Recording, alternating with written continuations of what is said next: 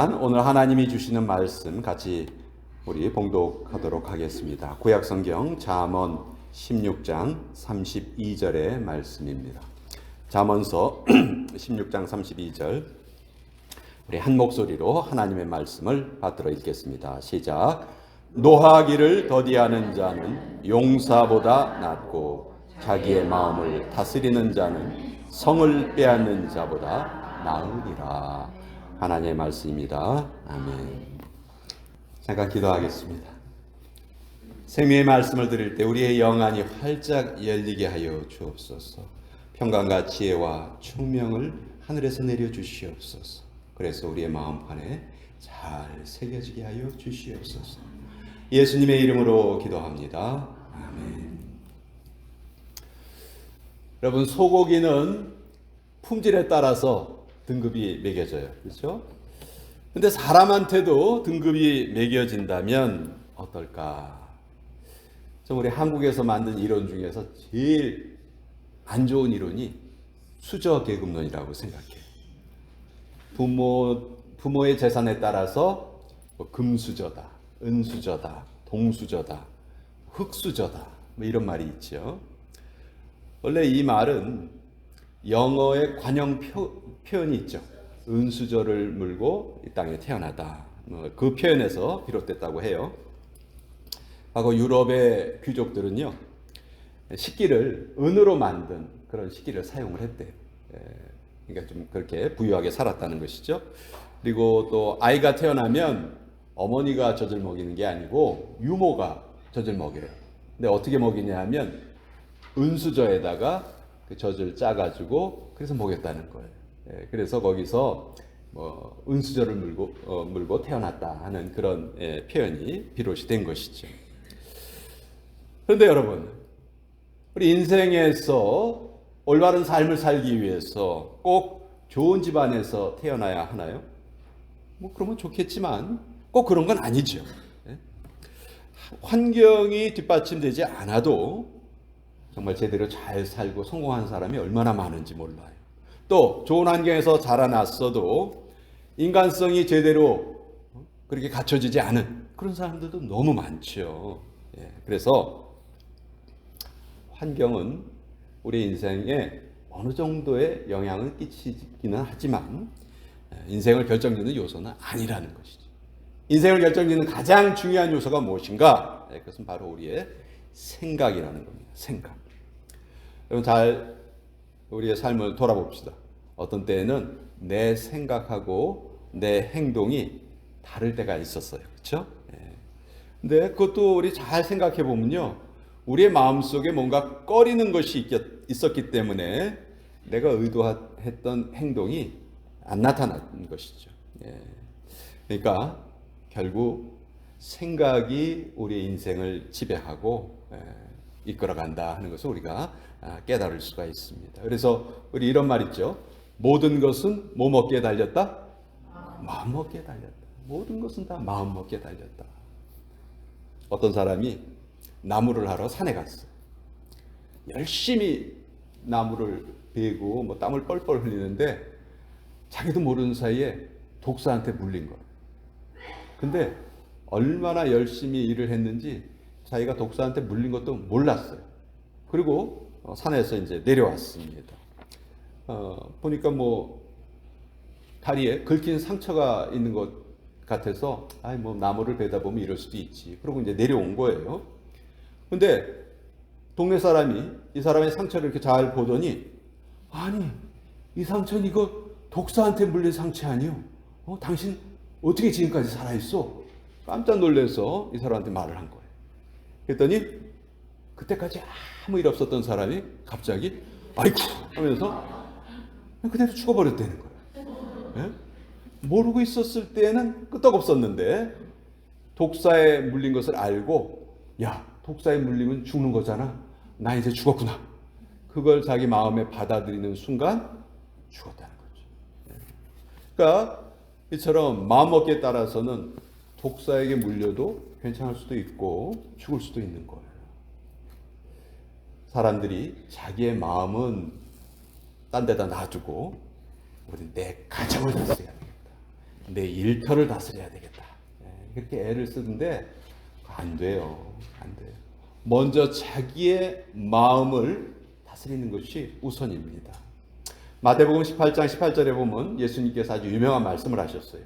무엇이든지 땅에서 매면 하늘에서도 매일 것이요 땅에서 풀면 하늘에서도 풀리리라.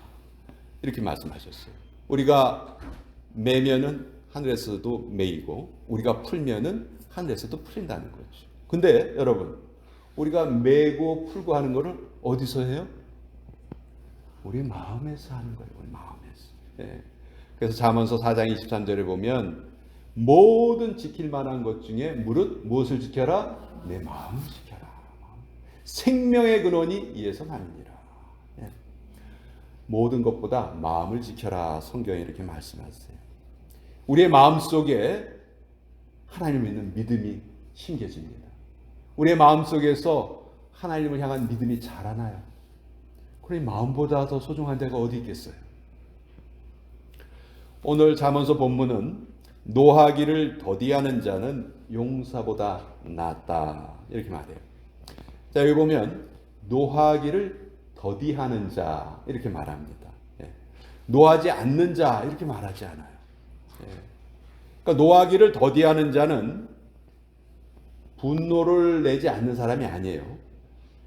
분노를 잘 다스리는 사람을 말하죠. 여러분, 분노의 감정은 죄가 아니에요.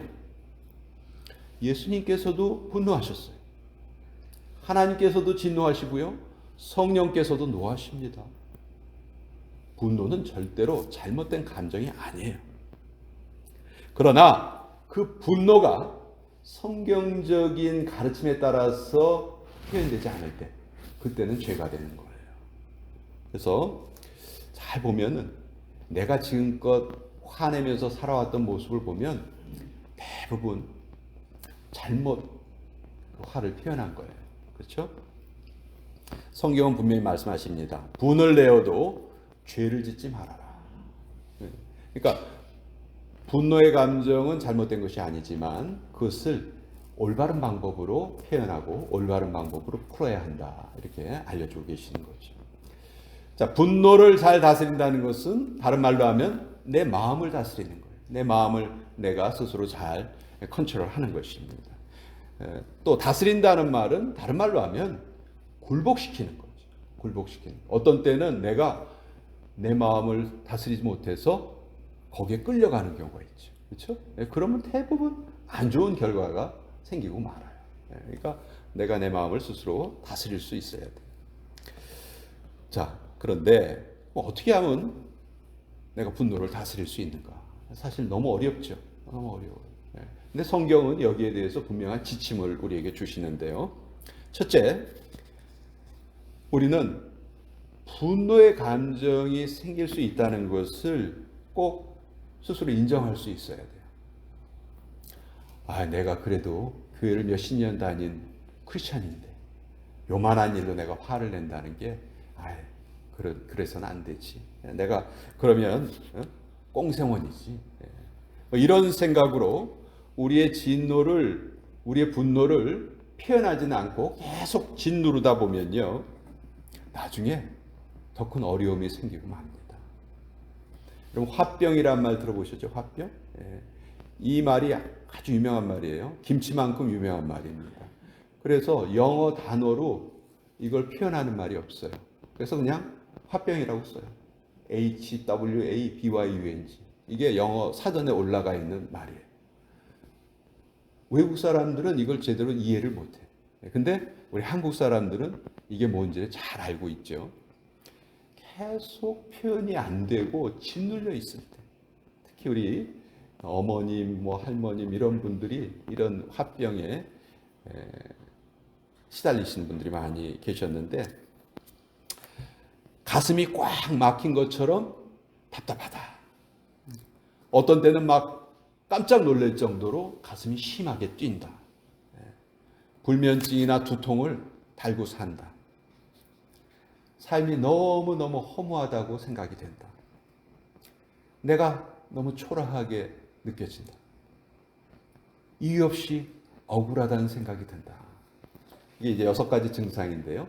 이 중에 한 가지라도 6개월 이상 내가 계속하고 있다. 이러면 화병이에요. 빨리 병원에 가셔서 치료를 받으셔야 되는 상황이에요. 분노의 감정은 자연스럽게 우리에게 생기는 겁니다.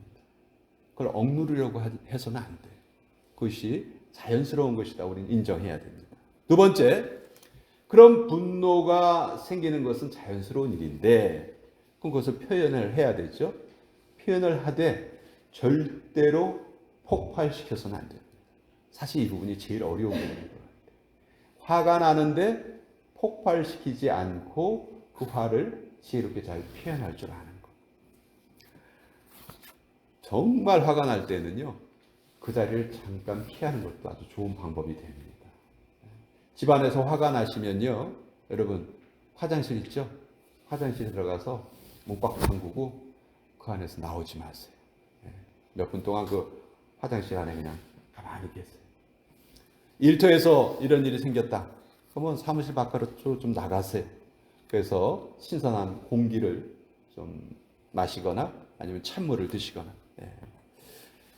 누구나 이렇게 자기 자신이 화가 났을 때 이것을 어떻게 처리하면 좋을까? 다 달라요. 사람마다 그것을 풀 수 있는 방법을 스스로 찾아야 돼요. 우리가 크리스찬이기 때문에 주기도문을 외우는 것도 전 좋은 방법이 될 수 있다고 생각해요. 나에게 죄진 자를 사해 준 것처럼 나의 죄도 사해 주시옵소서. 이런 식으로 우리가 주기도문을 외우면서 내 마음을 다스릴 수가 있는 것이죠. 그리고 세 번째, 상대방에게 우리가 분노를 표현을 해야 합니다. 그러나 그 전에 먼저 하나님께 먼저 말씀드리고 그 사람에게 말해라. 먼저 주님 앞에 다 털어놓는 거예요. 하나님, 이 사람이 저를 너무 힘들게 해요. 이 일 때문에 제가 너무 힘이 들어요. 너무 화가 나고 괴로워요. 막 어쩔 줄 모르겠어요. 제 속에서 솟아나는 이 분노의 감정을 하나님께서 좀 만져주세요. 처리해 주세요. 여러분, 이런 기도를 하는 것과 하지 않는 것은 엄청난 차이가 있어요. 우리가 이렇게 기도하면요, 정말 놀라운 신비가 우리 안에 생깁니다. 마음이 참 가라앉는 것을 느낄 수가 있고요. 하나님이 나를 지금 위로하고 계시는구나, 그런 것이 느껴질 때가 있어요. 특별히 성경에 여러 책이 있는데 여러분 그 중에서 시편이라는 책이 있죠. 시편은 우리 영혼의 해부도다, 그런 별명이 있어요. 사람이 느낄 수 있는 모든 감정이 시편 안에는 다 표현되어 있습니다. 그래서 우리가 내 마음이 너무 힘들 때 그 시편을 읽으면요, 내가 힘든 건 이건 뭐 비교도 안 될 정도로 힘든 삶을 살았던 그들의 모습이 시편 속에 적혀 있는 거예요. 그것을 통해서 또 우리가 위로받고 또 지혜를 얻을 수가 있습니다. 자, 성령 충만할 것인가? 아니면 성질 충만할 것인가? 이건 우리의 선택이에요. 우리의 선택. 우리가 마음을 지켜야 합니다. 무엇보다도 악한 생각으로부터 우리 지켜야 돼요. 자, 악한 생각이 우리 안에 안 들어와야 되는데 늘 생각이 난단 말이죠. 그거 쫓아내야 돼요. 어떻게 하면 쫓아낼 수 있을까? 유일한 방법은 하나님의 말씀밖에 없어요. 하나님의 말씀이 우리 마음속에 담겨 있으면요, 악한 생각이 들어왔다가도 퉁 하고 튕겨져서 나가버립니다. 예수님께서 사탄의 시험을 이겨내실 때 뭘 가지고 이겨내셨죠? 하나님 말씀 가지고 이겨내셨잖아요. 그렇죠? 하나님의 말씀이 예수님 안에 있으니까 다른 나쁜 생각이 들어오지를 못하는 거예요. 우리 또 똑같은 방법을 써야 됩니다. 둘째는 부정적인 생각이 날 때 퍼뜩 우리가 정신을 차려야 돼요. 같은 풀이라도 소가 먹으면 우유를 생산합니다. 근데 독사가 그 풀을 먹으면 뭘 생산해요? 독을 생산하는 거예요. 똑같은 풀인데도 이렇게 만드는 게 다를 수가 있어요. 똑같은 생각인데도 우리 밝고 긍정적인 생각도 할 수 있고요. 어둡고 부정적인 생각도 할 수 있다는 것이지. 예. 그래서 자꾸 우리 속에 부정적인 생각이 들어올 때가 있어요. 아, 그거 어떻게 하냐? 아, 난 못해. 나 안 할래. 아, 힘들어. 이런 생각이 들어올 때 이런 생각을 긍정적인 생각으로 바꿔요. 아니, 내가 이 정도야? 얼마든지 할 수 있지. 그래? 아, 이건 뭐 아무것도 아니야. 내가 지금까지 이거보다 더한 어려움도 다 이겨내면서 지금까지 살아왔는데 이게 뭐야? 나 얼마든지 이겨낼 수 있어. 이런 식으로 우리의 생각의 방향을 바꿔야 되는 거예요. 하나님이 쓰지 못하시는 사람이 두 종류예요. 첫째는 교만한 사람이에요. 이 교만한 사람은 나 하나님 없어도 혼자서 잘 살 수 있어. 이렇게 생각하는 사람. 두 번째는 부정적인 생각에 사로잡혀 있는 사람. 아, 난 이거 못해. 난 할 수 없어. 이런 사람은요, 아무리 하나님이시라 할지라도 그 사람을 들었을 수가 없어요. 우리가 이 생각을 바꿔야 되는 거예요. 그래서 성경은 누가 지혜로운 자인가? 마음을 다스리는 자가 지혜롭다. 이렇게 말씀하시고요. 그럼 마음은 어떻게 다스리는가? 여러분, 우리 수양으로 되지 않아요. 우리의 힘으로 되지 않아요. 우리를 도우시기 위해서, 우리의 연약함을 도우시기 위해서 이 땅에 내려오셔서 우리와 함께, 지금 우리와 함께 거하고 계신 성령님께 이걸 맡겨드려야 되는 거예요. 성령님, 이거 도와주세요. 우리가 이렇게 부탁을 드려야 되는 것이죠. 그래서 잠언서 3장 5절에 보면 너는 마음을 다하여 여호와를 의뢰하고 내 명철을 의지하지 말아라. 여호와를 의뢰해라. 네 생각을 의지하지 말아라. 이렇게 가르치시는 거죠. 결국은 하나님을 의지하는 것이 내 마음을 다스리는 것이구나. 우리가 그것을 깨닫게 됩니다. 아까 말씀드린 것처럼 마음은 우리의 믿음이 새겨지고 믿음이 자라나는 곳입니다. 하나님과 교제하는 곳이고요. 하나님의 은혜가 부어지는 곳이 우리의 마음이에요. 그래서 아무리 하나님의 은혜를 많이 부어주시고자 해도 우리 마음이 병들어 있으면 우리가 열매를 맺지 못하는 거죠. 그래서 우리 마음을 다스리는 일이 사실 평생의 우리의 숙제예요. 저는 우리 인생이 결국은 이 일을 하기 위해서 계속해서 시간이 주어지는 것이 아닌가. 하나님이 이런 우리의 모습을 보시고 기뻐하시는 것이 아닌가. 그런 생각이 들 때가 있는데요. 체로키 인디안 부족의 한 노인이 이제 손자에게 귀한 인생의 교훈을 가르쳐 줍니다. 얘야, 앞으로 네가 이 세상을 살다 보면 네 마음속에서 늘 싸움이 일어날 것이다. 마치 두 마리의 늑대가 서로 싸우는 것과 똑같아. 한 마리는 악마야. 이놈은 욕심과 교만, 거짓말로 가득 찬 녀석이고 또 한 마리는 아주 착한 늑대야. 이 늑대는 기쁨과 사랑과 희망 그리고 관대함을 너에게 가르쳐 줄 수 있는 늑대지. 근데 이 두 늑대가 항상 네 마음속에서 싸우는 거야. 자, 손자가 이 말을 딱 듣더니 할아버지한테 물어봐요. 할아버지, 그럼 어떤 늑대가 이기죠? 이렇게 물어봤어요. 그때 이 할아버지가 대답을 해줍니다. 그건 아주 간단해. 네가 먹이를 주는 놈이 이기는 거야. 여러분 다 이해하셨을 거예요. 어떤 생각으로 우리가 살아가야 되는지, 어떤 마음을 가지고 우리가 살아가야 되는지. 지금 우리의 마음 문 밖에서 주님이 우리의 마음의 문을 두드리고 계시는 거예요. 문을 열고 그분을 영접하는 것이 우리 주님을 영접하는 것이고 주님의 마음을 품는 것이죠. 그리고 우리가 주님의 마음을 품으면 주님께서 이제 우리를 다스리시고 우리의 삶을 이끌어가 주시는 거예요.